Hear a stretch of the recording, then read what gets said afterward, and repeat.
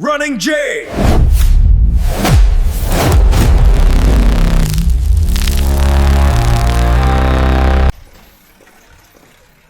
It's 4 p.m. here in Tokyo now, and we do have very good weather. The temperature is 16 degrees Celsius, so I have decided to have a long run, or also known as LSD. So samahan nyo ako na tumakbo sa Arakawa River.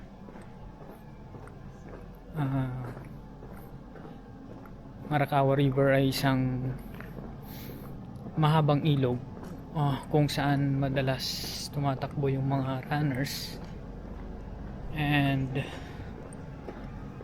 they do have flat ground, smooth ground. So usually pag LSD ang usapan, yun talaga magandang takbuhan. Okay.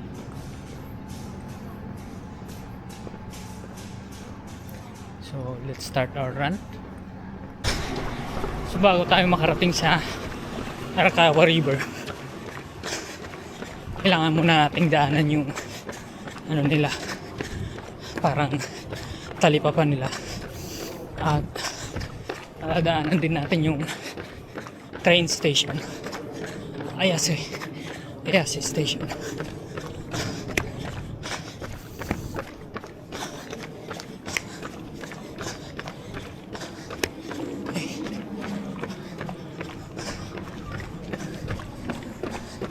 Marami tayong madadaanan na looban.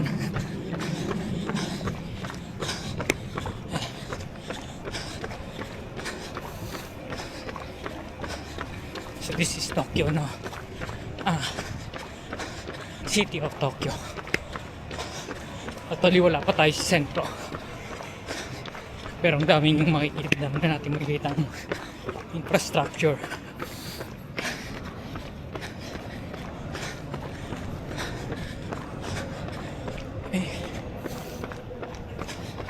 Tawid tayo.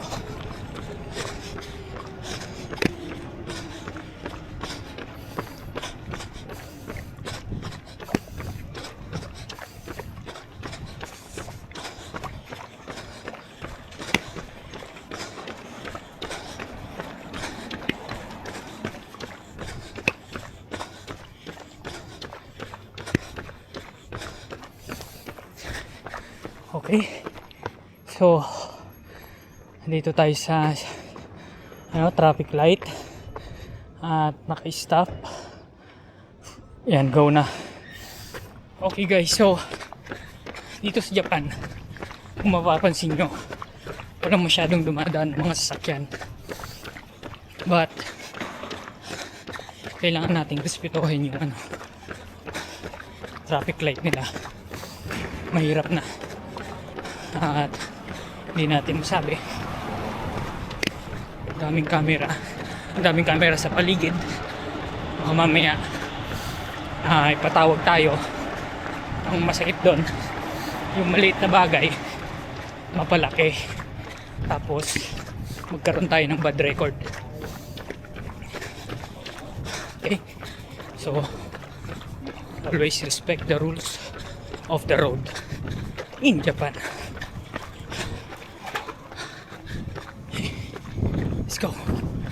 Let's go.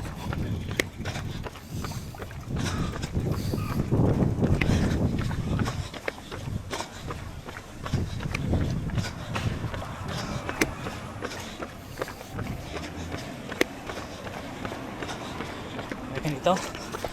So kailangan natin tumawid sa tamang tawiran.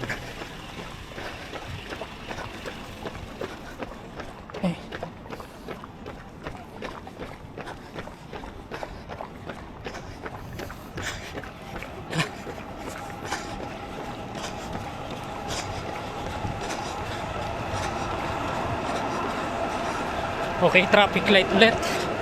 So we have to stop and respect.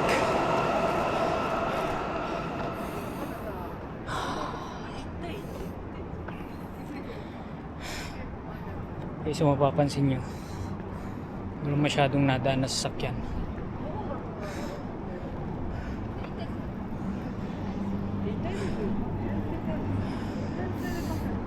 Let's go. Green.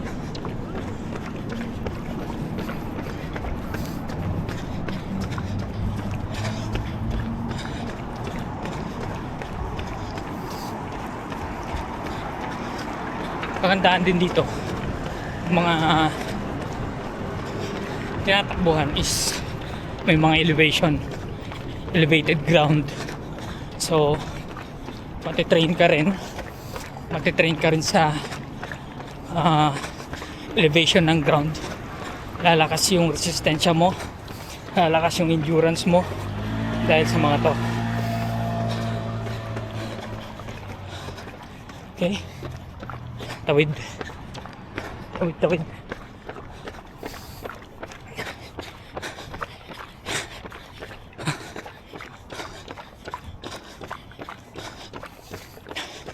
Yan o.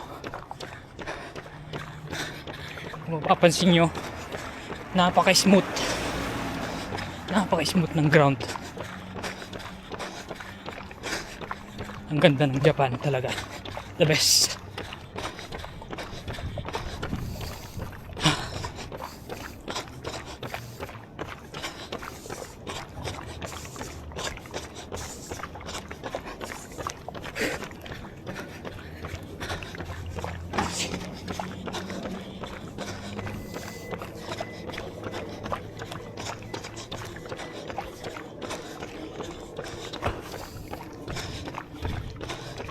So slow run lang tayo ngayon, no? Slow run lang. At malayo-layo yung tatakbuhin natin. Subukan natin ng 20 kilometers. Okay.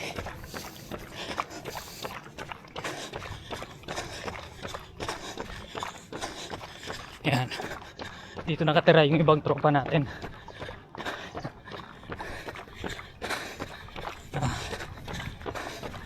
Ngayon ay Sabado, so may kanya-kanya rin silang lakad.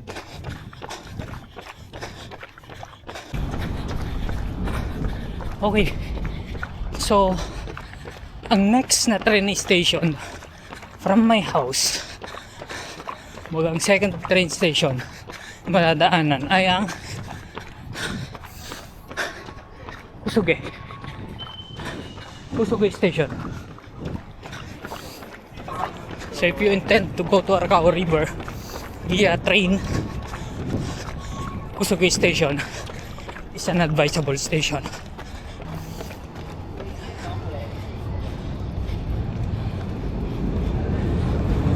Okay. As you can see, elevation again. Medyo mahaba. Hindi siya ganun ka-stiff. Hindi siya ganun katarik. Pero mahaba siya. Yan.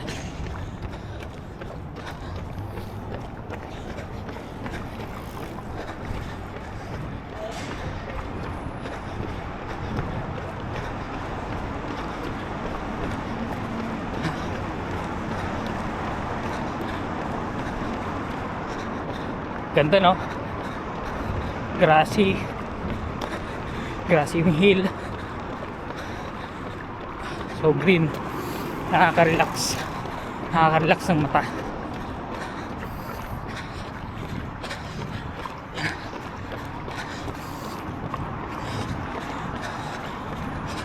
At nandito na tayo sa Arakawa River. I think I need to stop a little to show to you the place. Yan. Diba? Diba guys, ang ganda. Yan, so may naglalaro ng soccer, may naglalaro ng baseball. Yan. At tanaw na din ang Asakusa Sky Tree.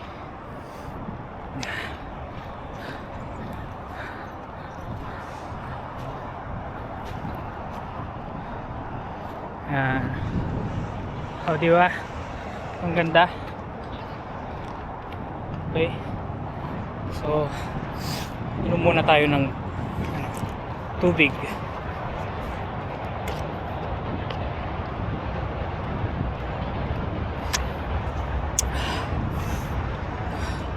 So usually every Saturday ditong tambayan ko at dito ako tumatakbo. Okay, yan nyo, yung mga nagtitraining din, takbo, yan.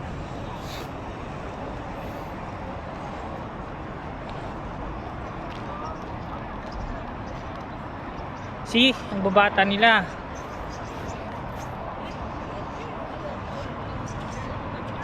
Okay.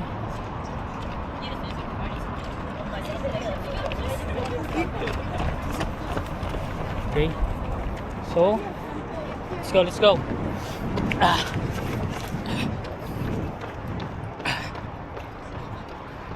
So, dito pa lang magsisimula yung LSD. Baka tayo konti.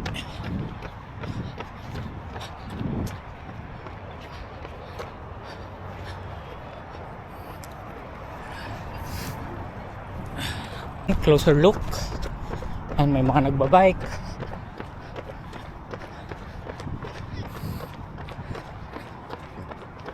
Tapos andun yung ilog.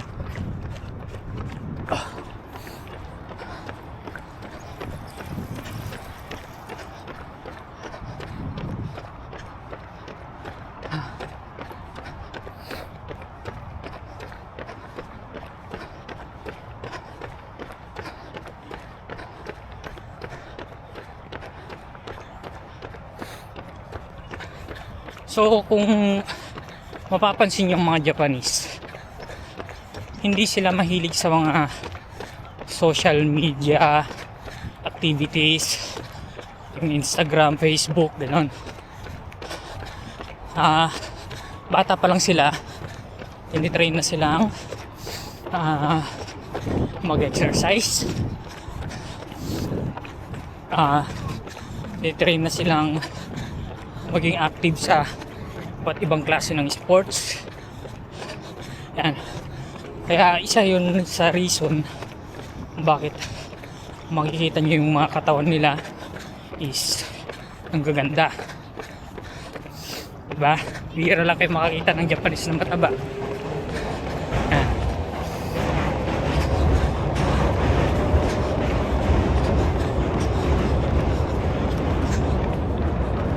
Okay. So kung mapapansin nyo rin dito sa hilly part na to ng Arakawa River, malinis siya, unlike sa isang dinaanan natin kanina, medyo grassy. Yan, gaya yan, grassy siya, pero ang Japan government ay nag-i-invest, kumbaga yung tax ng mga tao is nilalagay rin nila dito. So nag-a-assign sila ng tagalinis, ayan, para ma-maintain nila to. Ang ganda, di ba? Ang galing. Yan, kasi isa siya sa mga attraction, especially kapag mayroon silang mga fireworks events. Yan. So madalas dito nila ginagawa yung mga fireworks events nila.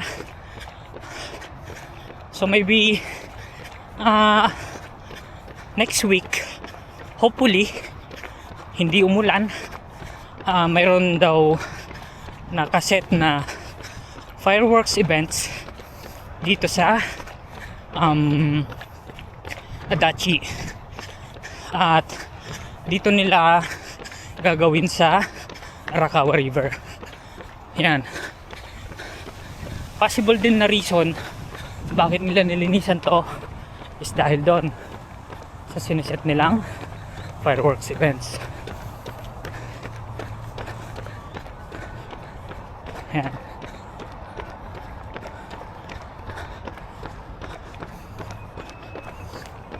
Medyo bumagal tayo Medyo bilisan natin konti.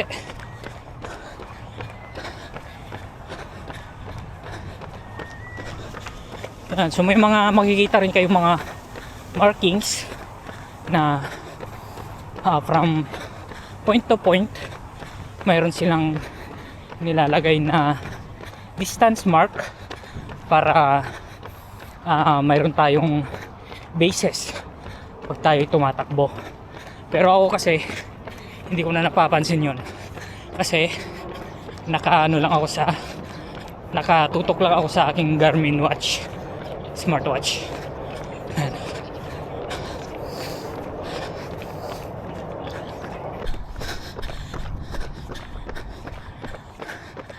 And ito naman yung mga naka-red at black, mapapansin nyo mga bata. So yan, tinitrain nila yung mga bata, ano. Yan. Ang lalakas bumato ng bola. Yan. So isa sa mga pride ng Arakawa River ay ang kanilang mga golf course. Yan.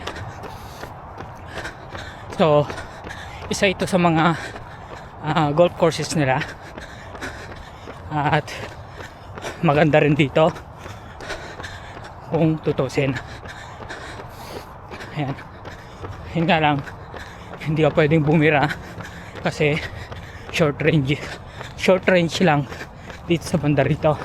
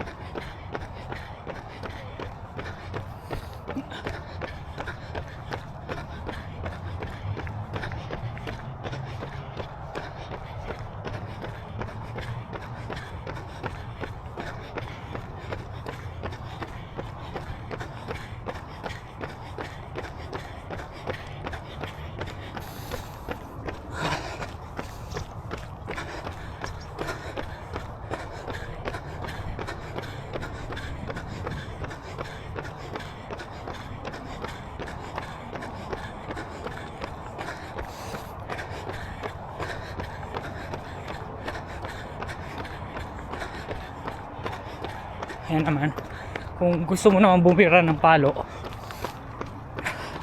so ito yung driving range nila.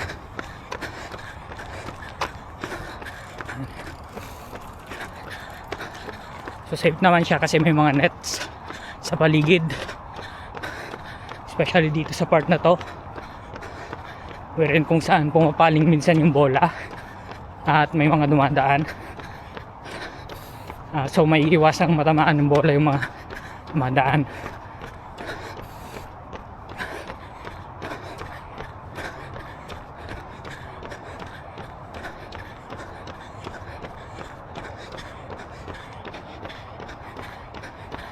Ayan yan.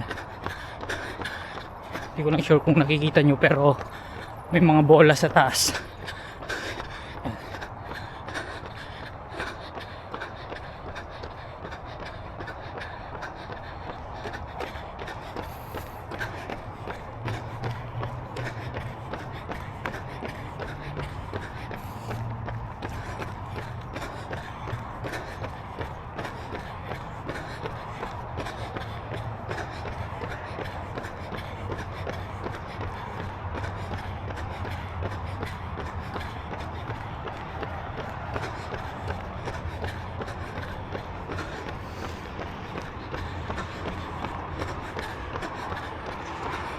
So mapapansin nyo rin, napakarami nilang tulay.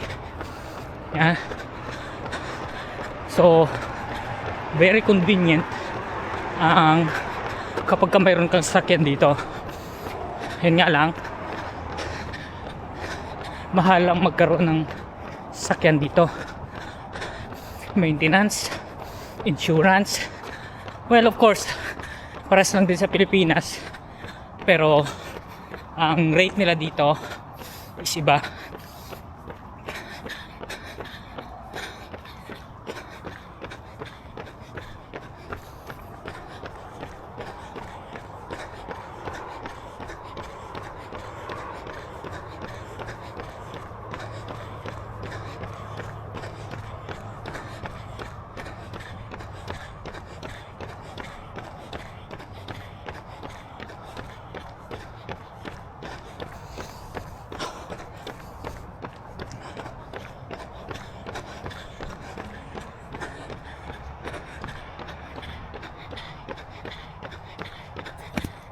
So another baseball field.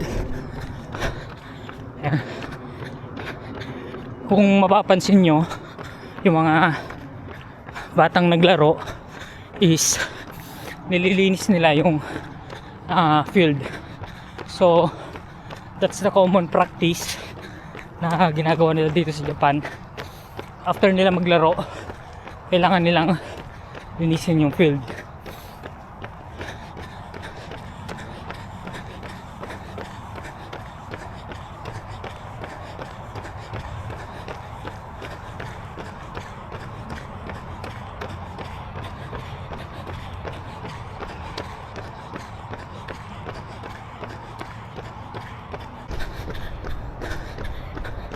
Okay guys, so malapit na tayo sa ating turning point. Ayan, tatanaw ko na. Ayan.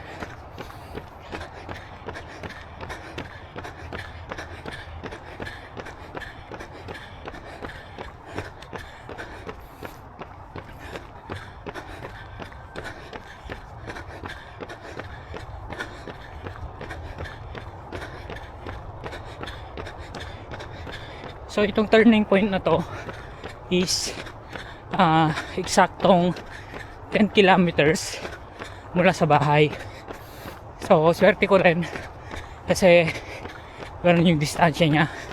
So every weekend ganun lang lagi ang ruta ko. Kung mapapansin nyo sa aking Strava is ganun at ganun lang ang guhit ng aking route sa aking mapa. Okay? So, pahinga tayo konti. Inom ng tubig. Iwas dehydration.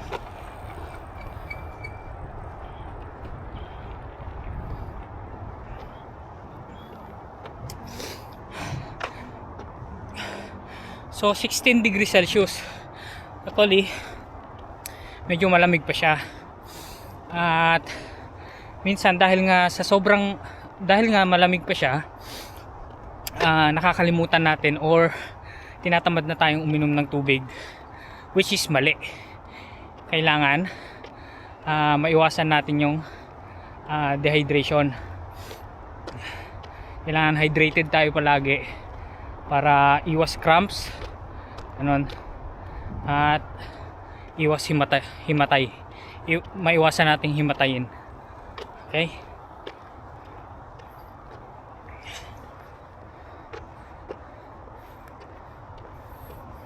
Yan.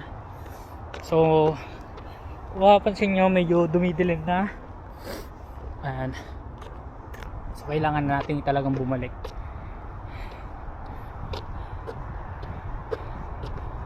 Okay? So, takbo tayo ulit 10 kilometers pabalik sa bahay. Okay, let's go.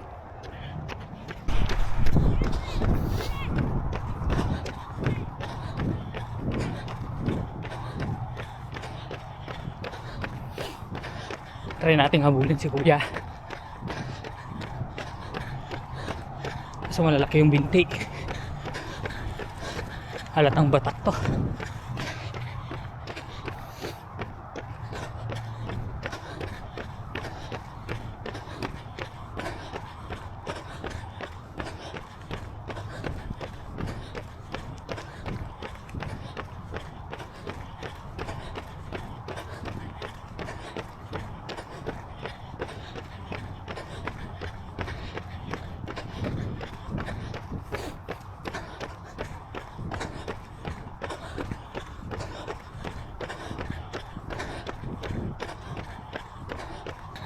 So once again, mga runners, ito yung Arakawa River.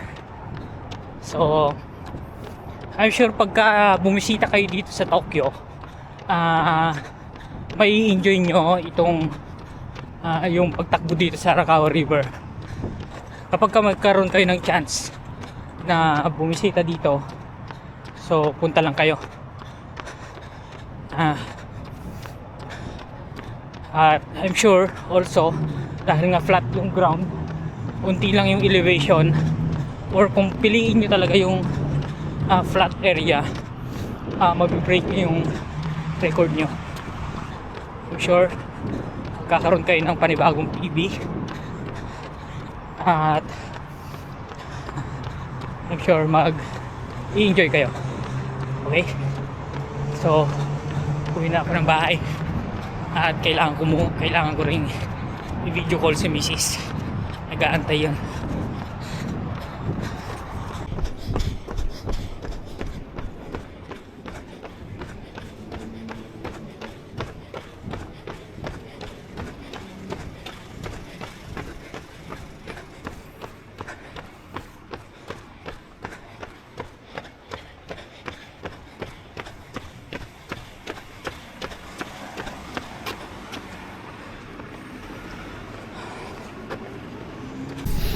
Let's go. 1 kilometer.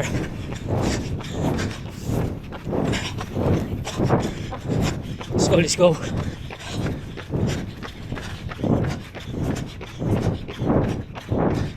Pace ko ngayon 350.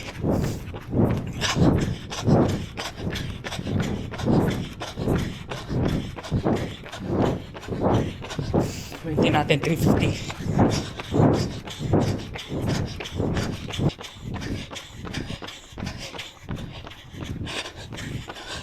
30 meters.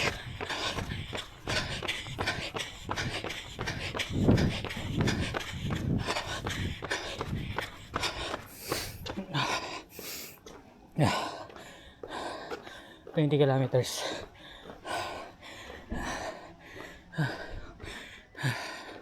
Okay.